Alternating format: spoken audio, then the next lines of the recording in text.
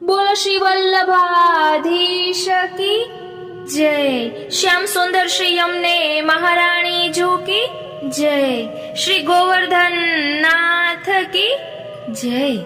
આપ સર્વે વૈષ્ણવોને અક્ષય તૃતીયાની ખૂબ ખૂબ મંગલ વધાય. આજે આપણે જે પ્રસંગ લઈ રહ્યા છે તેમાં આપણે હેડિંગ આપ્યું છે અક્ષય તૃતીયાની અદ્ભુત લીલા. એટલે શ્રીનાથજીની એવી તે કઈ લીલા છે કે જે અક્ષય તૃતીયાના દિવસે થઈ છે અને અતિ અદ્ભુત છે. આ પ્રસંગ સાંભળ્યા પછી આપ સર્વેને એવું થશે કે જાણે આપ બધા પણ આ અદ્ભુત લીલાના સાક્ષી છો. રખેને એવું પણ બની શકે કે પહેલા આ લીલા બની હોય ત્યારે આપણે પણ ત્યાં સાક્ષી હોઈ શકીએ. તો ચાલો એ અદ્ભુત લીલાનું અનુસંધાન કરીએ. શ્રી મહાપ્રભુજી શ્રી ગિરિરાજજીની આજ્ઞા લઈ રહ્યા હતા.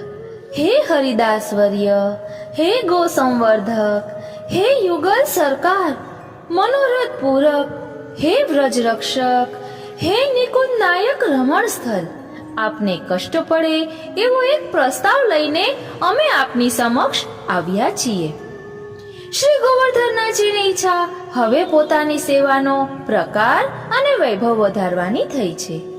આપના હૃદય સ્થળ પર નવું મોટું મંદિર સિદ્ધ કરાવીને એમાં શ્રી ગોવર્ધનનાથજી બિરાજવા માંગે છે. સ્વાભાવિક છે, મંદિરનો પાયો ખોદતી વખતે કોષ કોદાળીના ઘા લાગવાથી આપણે અકથિત પરિશ્રમ પડશે. અનેક કારીગરો આપની ઉપર જડશે. કેટલાય પ્રકારનો માલ સામાન લાવવામાં આવશે અને અમુક વૃક્ષોનું છેદન થશે.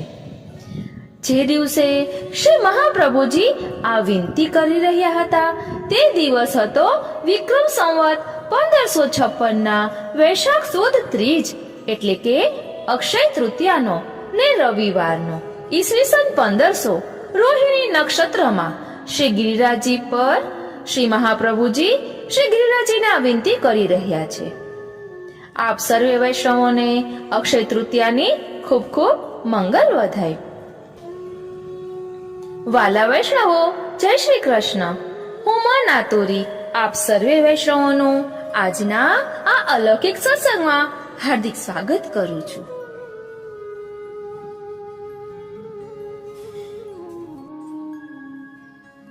આપણે શ્રીનાથજીની અક્ષય તૃતીયાની આ અદ્ભુત લીલાનું રસ દર્શન કરવા જઈ રહ્યા છીએ અને ખૂબ જ સુંદર છે. ખાલી એક જ દિવસની આ લીલા નથી, પરંતુ 20 વર્ષ પછી ફરી પાછો આ દિવસ આવે છે ત્યારે પણ પ્રભુ કંઈક લીલા કરે છે. તે બધું જ ભાવ દર્શન આપણે આજે કરવાના છીએ. શ્રી મહાપ્રભુજીએ શ્રી ગિરિરાજજીને આવી વિનંતી કરી. આ સાંભળતા જ શ્રી ગિરિરાજજીનો પ્રસન્નતાપૂર્વક સ્વર સંભળાયો. મારા પ્રાણપ્રેશ મારા હૃદયમાં બિરાજીને અનેક ભક્તોના ચરણો મારી કાયા પર પાડવા માંગતા હોય તો મને શો પરિશ્રમ હોઈ શકે. મારે માટે તો અતિ આનંદનો દિવસ છે કે આજે મારા શ્રી હરિનું દેવાલય તૈયાર કરવાનો મંગલ પ્રારંભ થઈ રહ્યો છે. આપ સુખેથી નિશ્ચિત બની નવું મંદિર સિદ્ધ કરાવો. શ્રી મહાપ્રભુજીએ વેદોક્ત રીતિથી ભૂમિ પૂજન કર્યું અને નિજ હસ્તે અમુક શિલાઓ ખસેડી જમીન ખોદી તરત જ કારીગરો કામે વળગ્યા અને પાયો ખોદાવા લાગ્યો. આગ્રાથી બીજા કુશળ કારીગરો આવી પહોંચ્યા હતા. હીરામણી મિસ્ત્રીની દેખરેખ હેઠળ અને પૂરણમલના માર્ગદર્શન તથા દ્રવ્ય સહાયથી દિવસ રાત કામ પૂર ઝડપે આગળ વધ્યું. પૂરણમલનો ઉત્સાહ માતો ન હતો. એ પોતે સમયે સમયે કાર્યનું નિરીક્ષણ કરવા હાજર થઈ જતા અને કારીગરોમાં પોરસ ભરતા. હીરામણી મિસ્ત્રી સાથે વાટાઘાટો કરતા અને માલ સામાન મંગાવવાની વ્યવસ્થા કરતા. એ એવો અનેરો ઉત્સાહ હતો કે પૂરણમલને બીજું કંઈ જોવાનો કે સાંભળવાનો અવસર જ ન હતો. પરંતુ પાયાની શિલાઓ પૂરણમલની આ ઉતાવળ પર હસી રહી હતી અને કહી રહી હતી કે હે શેઠિયા, તમને હજુ હરિલીલાની આંટીઘૂંટીઓની જાણ નથી. આટલું ઝડપી ગતિવાળું કામ કેટલા દિવસ ચાલશે? નિકુંજ નાયક તો અમારી છાતી ઉપર ચરણ ધરીને અમને દરરોજ ગમરોડે છે, એટલે અમે એ નટખટના ખેલને સારી રીતે જાણીએ છીએ. જો નવું મંદિર આટલી ત્વરાથી સિદ્ધ થઈ ગયું તો એમને ઘણી બધી મર્યાદાઓ વચ્ચે બિરાજવું પડશે, અને એમને તો હજુ વ્રજવાસીઓ સાથે આત્મીય સ્વજનોની જેમ ઘણી લીલા કરવાની બાકી છે. માટે તમે એમ ન સમજતા કે 4-6 મહિનામાં તમે શ્રી ગોવર્ધનનાથજીને નવા મંદિરમાં પાઠ બિરાજમાન કરાવી શકશો. અમારે એના ચરણ સ્પર્શ હજુ વર્ષોના વર્ષો સુધી મેળવવાના બાકી છે. આપણે અહીં પુરણમલની આખી વાર્તા નથી લીધી.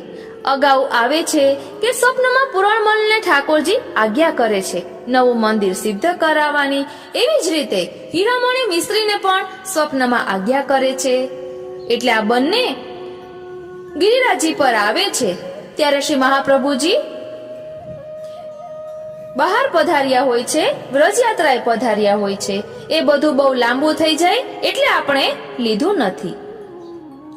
પછી આગળ કહે છે, હા પુરણમલ આ ખોદેલો પાયો ભરાવા આવ્યો છે, એટલે એમ ન સમજતા કે થોડા દિવસોમાં એની ઉપર દિવાલ પણ ચલાવવા માંડશે.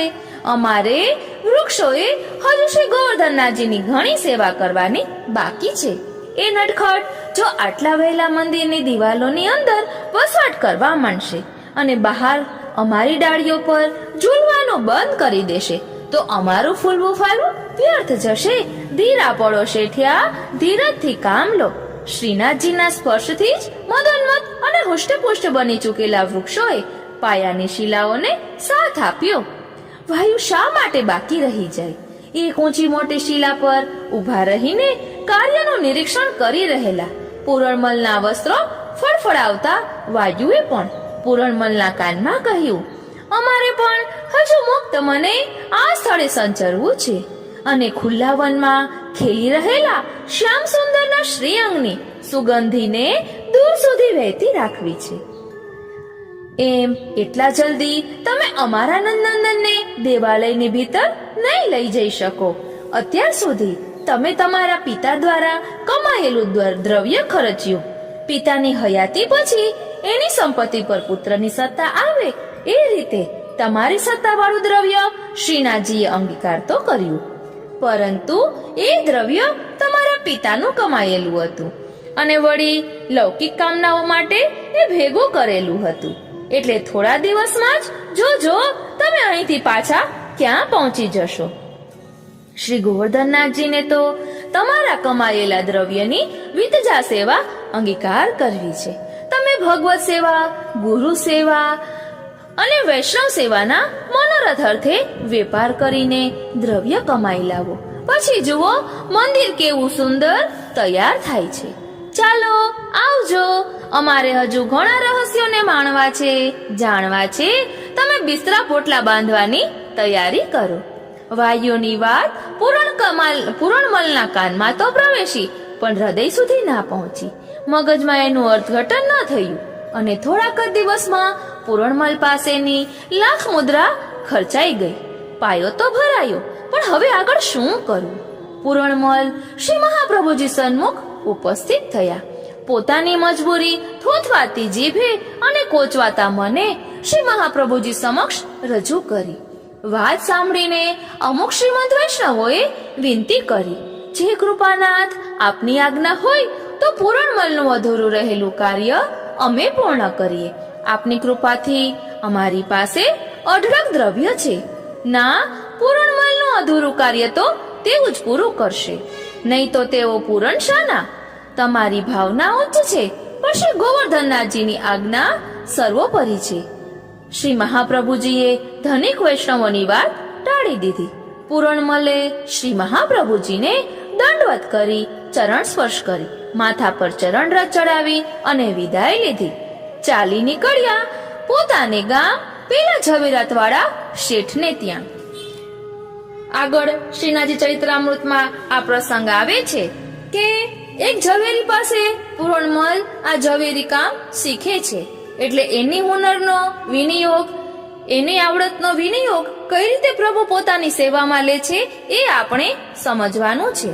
આપણામાં કોઈ પણ કલા હોય તો તેનો વિનિયોગ પ્રભુની સેવામાં કરી શકાય. પછી ભલે ને તે કોઈ પણ કલા હોય, ચિત્ત પ્રભુમાં પરોવીને આપણે કઈ પણ કાર્ય કરીએ એટલે તે પ્રભુની સેવા જ છે. અને ક્યાંક તો એવો પણ ઉલ્લેખ વાંચવા મળે છે કે પૂરણમલ ધન કમાવા માટે દક્ષિણમાં ગયા અને ઝવેરાતનો વેપાર કરીને અઢળક ધન કમાયા. એવું પણ બની શકે કે પૂરણમલ પહેલા પોતાને કામ પેલા ઝવેરાત વાળા શેઠને ત્યાં ગયા હોય અને એ શેઠે એમને ધંધાના વિકાસ અર્થે દક્ષિણ દેશમાં મોકલ્યા હોય. પૂરણમલે અધિક ધન કમાવા માટે શ્રી મહાપ્રભુજીની વિદાય લીધી. પછી શ્રી મહાપ્રભુજીએ અધૂરી રાખેલી દ્વિતીય પરિક્રમાને ફરીથી આગળ વધારી. દેવીજીઓના ઉદ્ધાર અર્થે દેશ દેશાંતરના માયાવાદીઓને પરાસ્ત કરવા માટે અને તીર્થોને માન દેવા માટે એમ 3 પ્રકારના કાર્યો સિદ્ધ કરવા માટે શ્રી મહાપ્રભુજીએ ભારત પરિક્રમણ કરવાનો દ્રઢ સંકલ્પ કર્યો. આ રીતે શ્રી મહાપ્રભુજી પૃથ્વી પરિક્રમા કરવા પધાર્યા. ઘણા વૈષ્ણવોને શરણે લીધા, પૃથ્વીને સનાથ કરી. તેમાં સુરદાસજીને પણ શરણે લીધા અને વ્રજમાં આવીને સુરદાસજીએ ગોકુલમાં શ્રી નવનીત પ્રિયાજીના અને ગોપાલપુરમાં શ્રી ગોવર્ધન ધરણ શ્રીનાથજીના અપ્રતિમ સૌંદર્યના દર્શન કર્યા. તરત જુદી જુદી લીલાઓના અનેક કીર્તનો રચીને ગાયા. શોભિત કર નવનીત લીએ અને હો નાચ્યો બહોત ગોપાલ, અબ મેં નાચ્યો બહોત ગોપાલ જેવા કીર્તનો યાદગાર બની ગયા. ત્યારે શ્રી મહાપ્રભુજીએ પ્રસન્ન થઈને કહ્યું, સુર, તમને પુષ્ટિ માર્ગનો સિદ્ધાંત ફલિત થયો છે. તેથી હવે તમે શ્રી ગોવર્ધનનાથજી પાસે રહીને સમય સમયના કીર્તન કરો. શ્રી મહાપ્રભુજીએ દશમ સ્કંધાર્થ અનુક્રમણિકા સુરદાસજીને શ્રવણ કરાવી. ત્યારબાદ એને ભગવદ લીલાના દર્શન થયા અને એનો અનુભવ થયો. અને ત્યારબાદ સુરદાસજીએ આવા લીલાના કીર્તનો ગાવાની શરૂઆત કરી. શ્રી મહાપ્રભુજીની આજ્ઞાથી અને કૃપાથી સુરદાસજીએ શ્રી ઠાકોરજીને નિત્ય પ્રાતઃકાલના જગાવાથી લઈને શયન પર્યંતના હજારો કીર્તનો કર્યા. શ્રી ગિરિરાજજીની તળેટીમાં પરાસોલી ગામમાં ચંદ્ર સરોવરને કાંઠે ઝૂંપડી બનાવીને આજીવન વાસ કર્યો. એમના પદ શીખી શીખીને લોકો ઠેક ઠેકાણે ગાવા લાગ્યા. પછીથી આ વાત એટલી સુધી વધી ગઈ હતી કે સંગીત સમ્રાટ તાનસેન પણ સુરદાસજીના પદો શીખીને દરબારમાં ગાવા લાગ્યા હતા. શ્રીનાથજીના યશોગાન પ્રત્યેક દિશામાં ગુંજવા લાગ્યા. શ્રીનાથજીનો દરબાર વિસ્તરવા લાગ્યો. પૂરણમલ પણ શ્રીનાથજીની ઈચ્છા અને કૃપાથી અઢળક ધન કમાઈને થોડા સમયગાળામાં પાછા ફર્યા. શ્રી ગિરિરાજજી પર આવીને પૂરણમલે શ્રી મહાપ્રભુજીના ચરણોમાં ધનના ઢગલા ખડકી દીધા. મહારાજ, આ મારી જાત મહેનતનું ધન છે. આપ આજ્ઞા આપો તો અધૂરું રહેલું કાર્ય આગળ વધારો. પૂરણમલ સર્વ કંઈ શ્રી હરિની ઈચ્છાને જ આધીન છે. મંદિર સિદ્ધ થશે એ પણ એમની ઈચ્છા અને સામર્થ્યથી જ. માટે એમનું સ્મરણ કરીને આગળ વધો અને સફળતા મેળવો. અશક્ય એવા સુશક્ય એવા સર્વથા શરણમ હરિ. શ્રી મહાપ્રભુજીએ પૂરણમલને આજ્ઞા અને આશીષ દીધી. શ્રીનાથજીનું નવું મંદિર સિદ્ધ કરવા શ્રી મહાપ્રભુજીએ પૂરણમલને આજ્ઞા અને આશીષ દીધી. અધૂરું રહેલું બાંધકામ પૂરજોશે આગળ વધ્યું. ઘરે પાછા ફરેલા કારીગરો પણ ખબર મળતા વેત તરત આગ્રાથી આવી પહોંચ્યા. લાકડા, પથરા, રેતી, ચૂનો, રંગ વગેરે કઈ કેટલાય પ્રકારની વસ્તુઓ શ્રી ગિરિરાજજી પર દરરોજ આવવા લાગી. કારીગરો વધવા લાગ્યા. ઓચિંતાની કોઈ વસ્તુ ખૂટી જાય તો મોટા શહેરમાં જઈ એની ખરીદી કરવી, દુકાનદારોને સમજાવવા, વ્યવસ્થિત હિસાબ રાખવા, કારીગરોને પગાર ચૂકવવા, શ્રીનાથજીની સેવા સંબંધી સામગ્રી ભેગી કરવી, આ સર્વ કંઈ માટે હવે એક અધિકારીની પણ જરૂરિયાત વર્તાવા લાગી.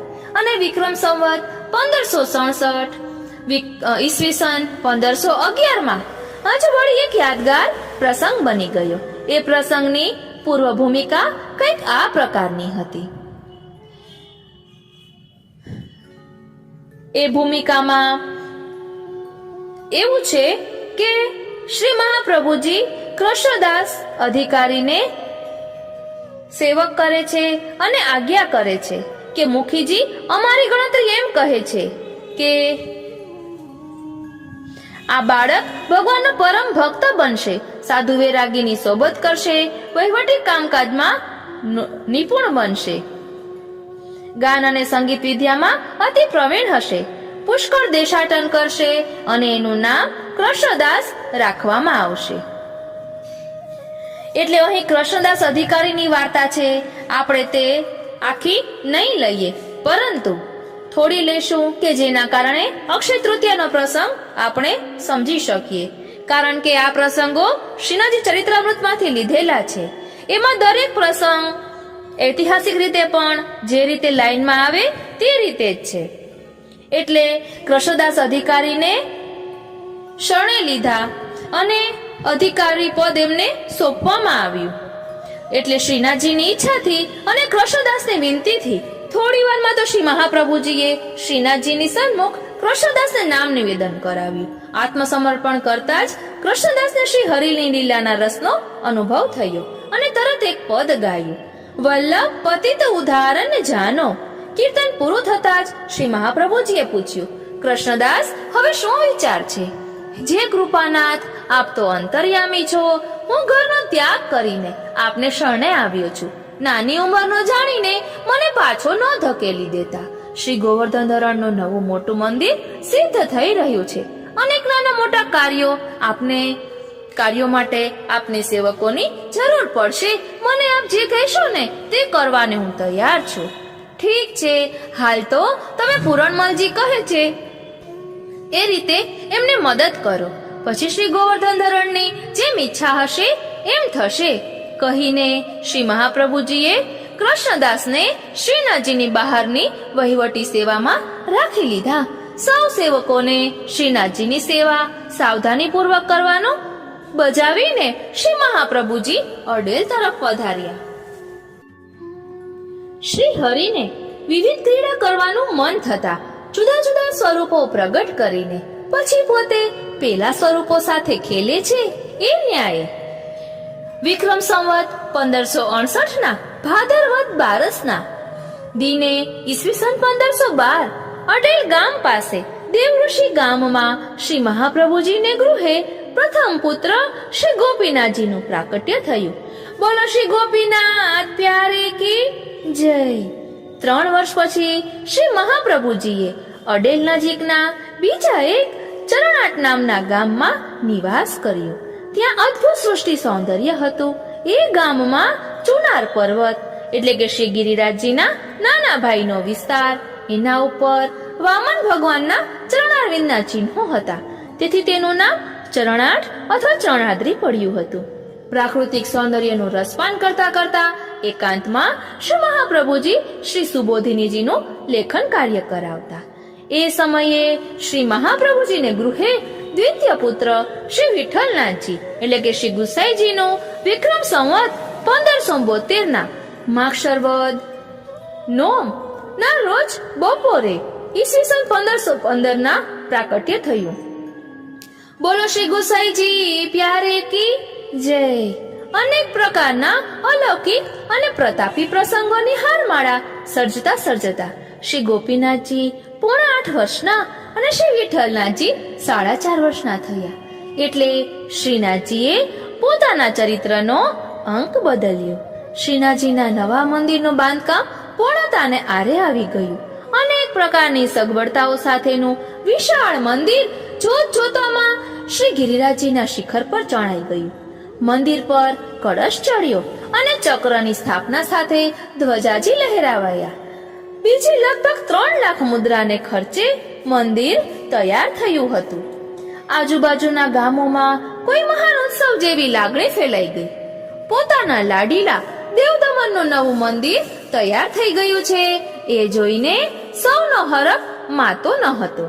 વિક્રમ સંવત 1576 ના વૈશાખ સુદ ત્રીજના એટલે કે અક્ષય તૃતીયાના ઈસવીસન 1520ના શુભ દિનનું મુહૂર્ત નીકળ્યું. શ્રીનાથજીને નવા મંદિરમાં પાટ બિરાજમાન કરાવવાનું.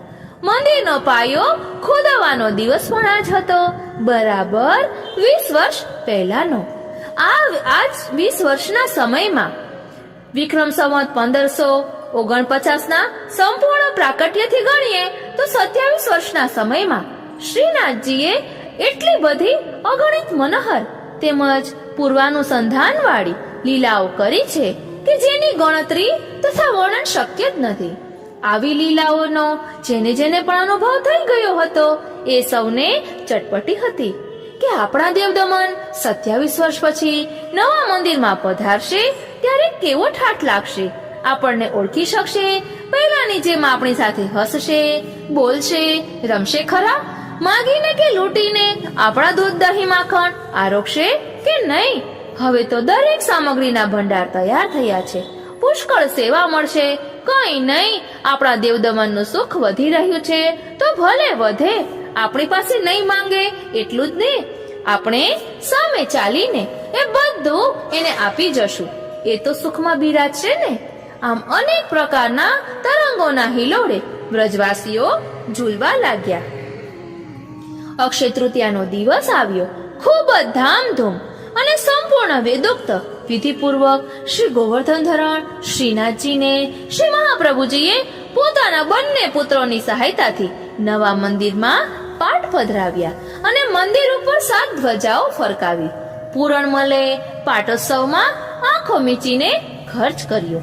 પાણીની જેમ ધન વહાવી દીધું.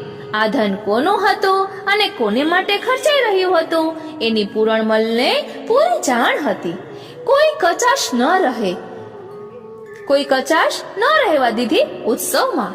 શ્રીજીના વસ્ત્રો, આભૂષણો, પાત્રો, સામગ્રી તથા અન્ય સગવડતાઓના ઢગલા ખડકી દીધા.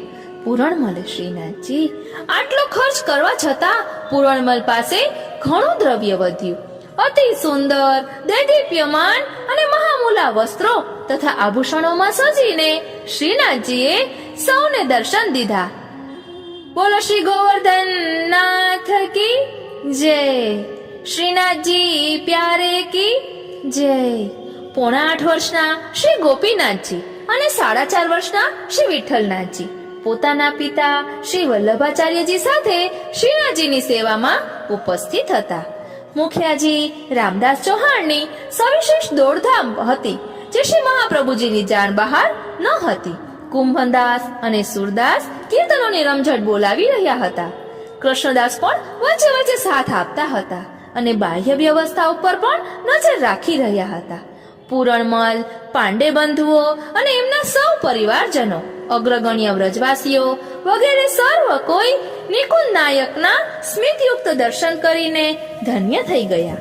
નિકુંજ નાયકના એ દિવસના પ્રાસંગિક સ્મિતની પાછળ અન્ય 3 મુખ્ય પ્રસંગો તથા અનેક ગૌણ પ્રસંગો ડોકાઈ રહ્યા હતા, જેમાં ભૂતકાળ અને ભવિષ્યકાળ સંકળાયેલા હતા. દર્શનાર્થીઓ તો વર્તમાન કાળને માણી રહ્યા હતા, પરંતુ શ્રી વલ્લભાચાર્યજી, શ્રી ગોપીનાથજી અને શ્રી વિઠ્ઠલનાથજી તો ત્રિકાળ જ્ઞાતા હતા.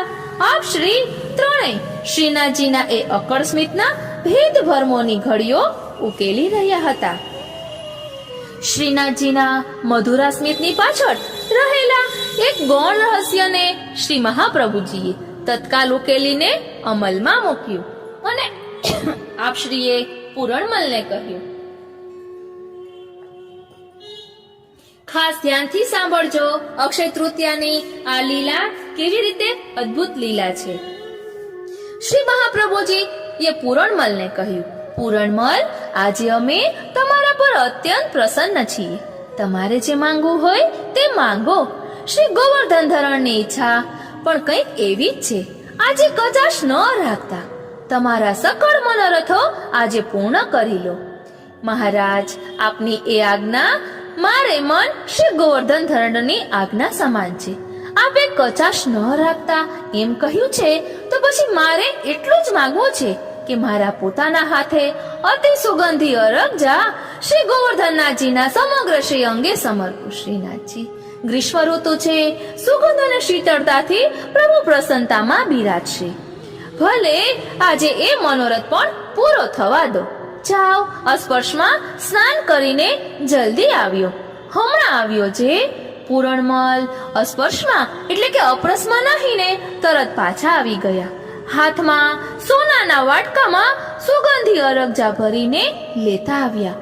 ઊંચી જાતનું શુદ્ધ અત્તર અને ગુલાબ જળ ભેળવીને લેપ તૈયાર કરવામાં આવ્યો. કમાડ બંધ કરવામાં આવ્યા. શ્રી મહાપ્રભુજીએ શ્રીનાથજીના શણગાર અને વસ્ત્રો વડા કર્યા.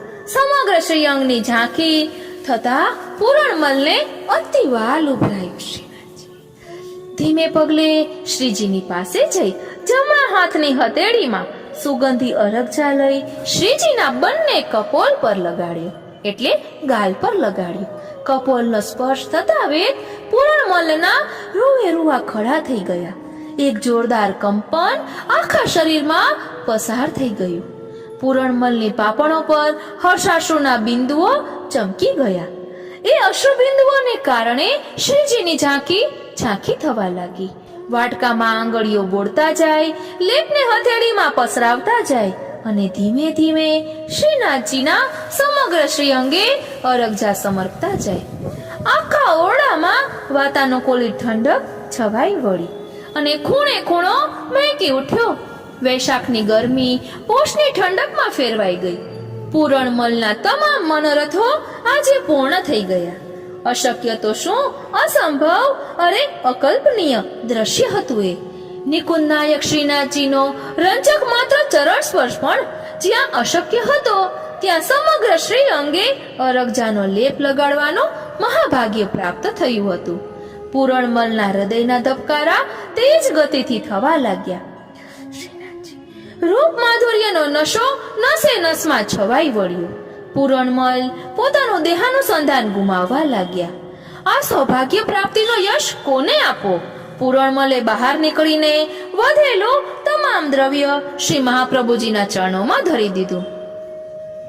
20 વર્ષ પહેલા વાયુએ કાનમાં કહેલી વાત હવે પૂરણમલને સમજાઈ ગઈ હતી. ભગવત સેવા, ગુરુ સેવા અને વૈષ્ણવ સેવાના મનોરથ અર્થે વેપાર કરીને કમાયેલું દ્રવ્ય ઘરે પાછું લઈ જઈને શું કરવું હતું? જેણે કમાવી આપ્યું હતું એને પાછું ભેટ ધરી દીધું. બલિહારી ગુરુ આપકી ગોવિંદીઓ બતાય. શ્રી મહાપ્રભુજીએ પૂરણમલને પ્રસાદી ઉપરનો એટલે કે ખેસ ઓઢાડ્યો. ધનની સેવાથી મંદિર બનાવ્યું, તનની સેવાથી શ્રી અંગે અરગજા સમર્પ્યા.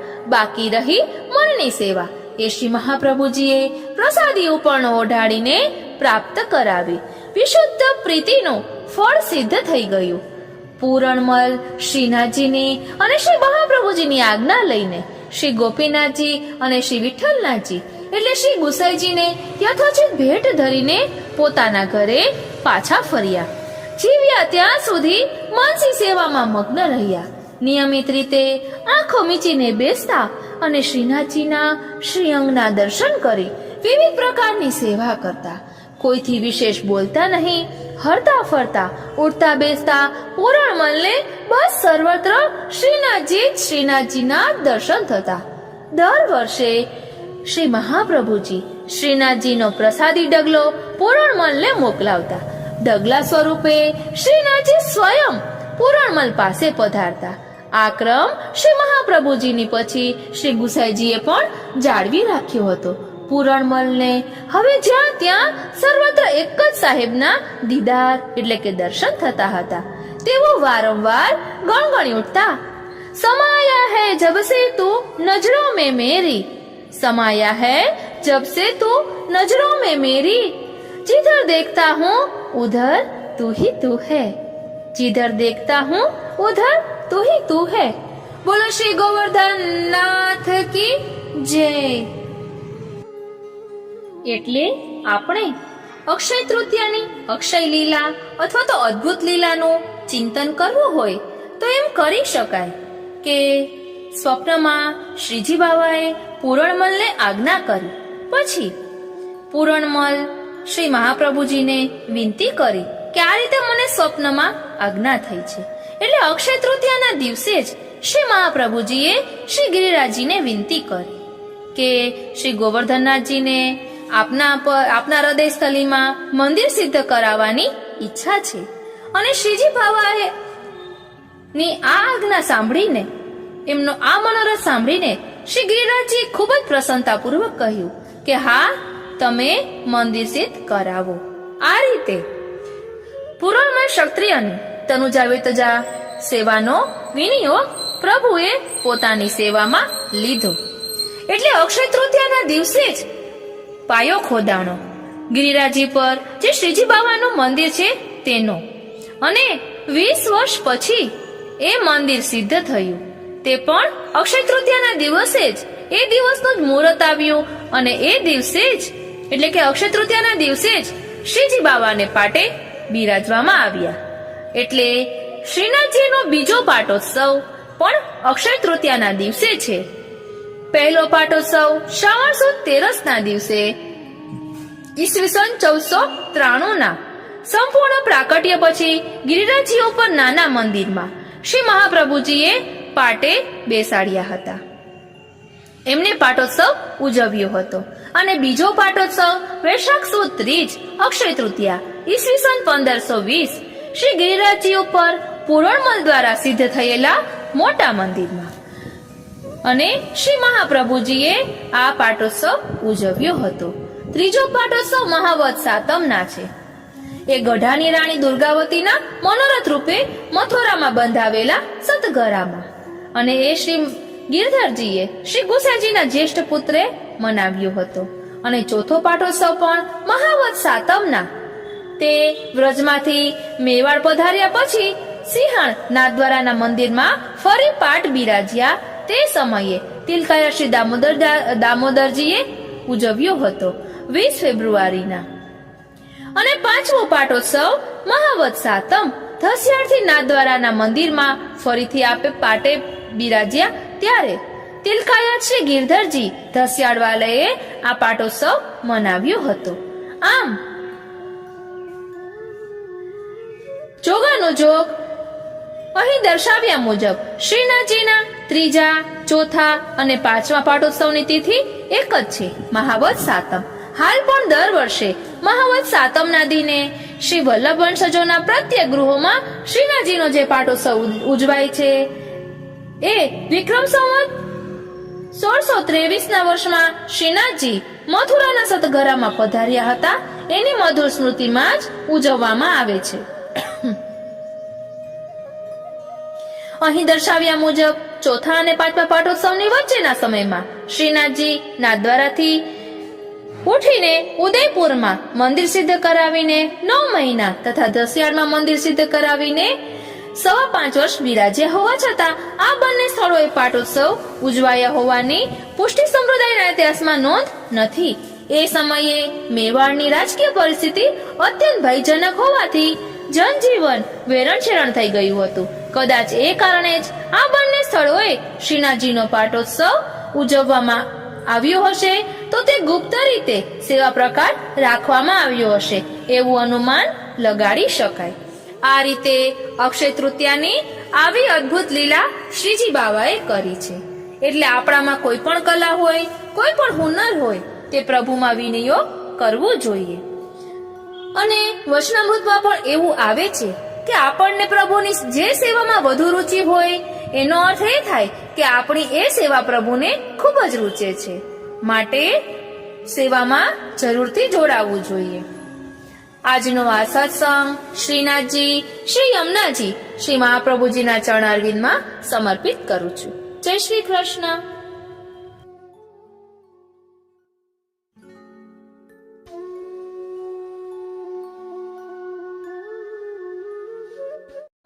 नंद कुमारो में स्वामिनी वृषभानुजा कृतार्थो हम न संशय. સર્વે વૈષ્ણવોને મારા જય શ્રી કૃષ્ણ. સર્વે વૈષ્ણવોને મારા જય શ્રી કૃષ્ણ. આપ સર્વે વૈષ્ણવોને અક્ષય તૃતીયાની ખૂબ ખૂબ મંગલ વધાઈ. આજે આપ સર્વ માટે એક ભેટ લઈને આવી છું. મને પણ એ એક વૈષ્ણવની કૃપાથી પ્રાપ્ત થયું છે. આજે કહેવાય છે અક્ષય તૃતીયા, અક્ષય લીલા. હવેની જે સેવા ઠાકોરજીની છે તે શ્રી યમુનાજીના ભાવથી થાય છે. એટલે એક વૈષ્ણવની કૃપાથી શ્રી યમુનાજીના અલૌકિક દર્શન પ્રાપ્ત થયા છે. તેનો લાભો આપણે આજે લઈશું. કારણ કે તે વૈષ્ણવને મેં પૂછ્યું હતું કે જો આપ હા કહો તો અમે યુટ્યુબમાં બધા વૈષ્ણવને આ પ્રાપ્ય કરાવીએ. એટલે એમને હા કહી એટલે આપણે આ લઈ રહ્યા છીએ.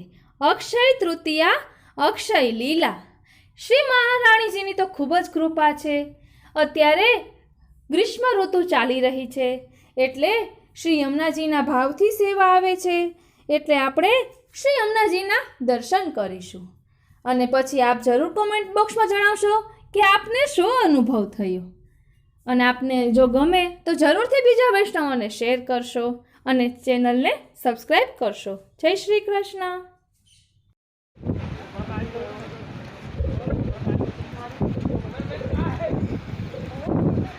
तरंग आहा विशुद्ध मथुरा तटे सकल गोप गोपी गवे। मुखिया जी बताइए लहरों की क्या आनंद है आपके सामने। करी कृपा श्री यमुने जू ऐसी छाल निज धाम विश्राम भूतल कियो प्रगट लीला दिखाई जू कैसी। परम परमानंद करते हैं सबन को देत अद्भुत रूप आप जैसी। इन लहरन से कितना आनंद आवे आप पे। लहरन की यमुना मैया आपको तरस मोए आपको तरस मोए यमुना मैया आपको तरस कलमल हरणी बेदन वर्णी आहा जो जन प्रात उठ नहावे। आहा आज के आनंद की जय। राम सुंदर श्री यमुने महारानी की जय। कलिंद गिर नंदिनी कलिंद हाँ कलिंद गिर नंदिनी कलिंद पे तो आई है श्री यमुना जी। हाँ श्याम संग श्याम है रही श्री यमुने या सब की बलिहारी हो देखिया परम आनंद। यमुना जगत में जोड़ी गावे आगे आदित्य ऐसे प्राण पर नैनो बैन में रस जावे। ओहो देखिया वारे प्रभु आनंद परमानंद श्री कृष्णा जय हो। दैवोदार प्रयत्न आत्मा स्मृति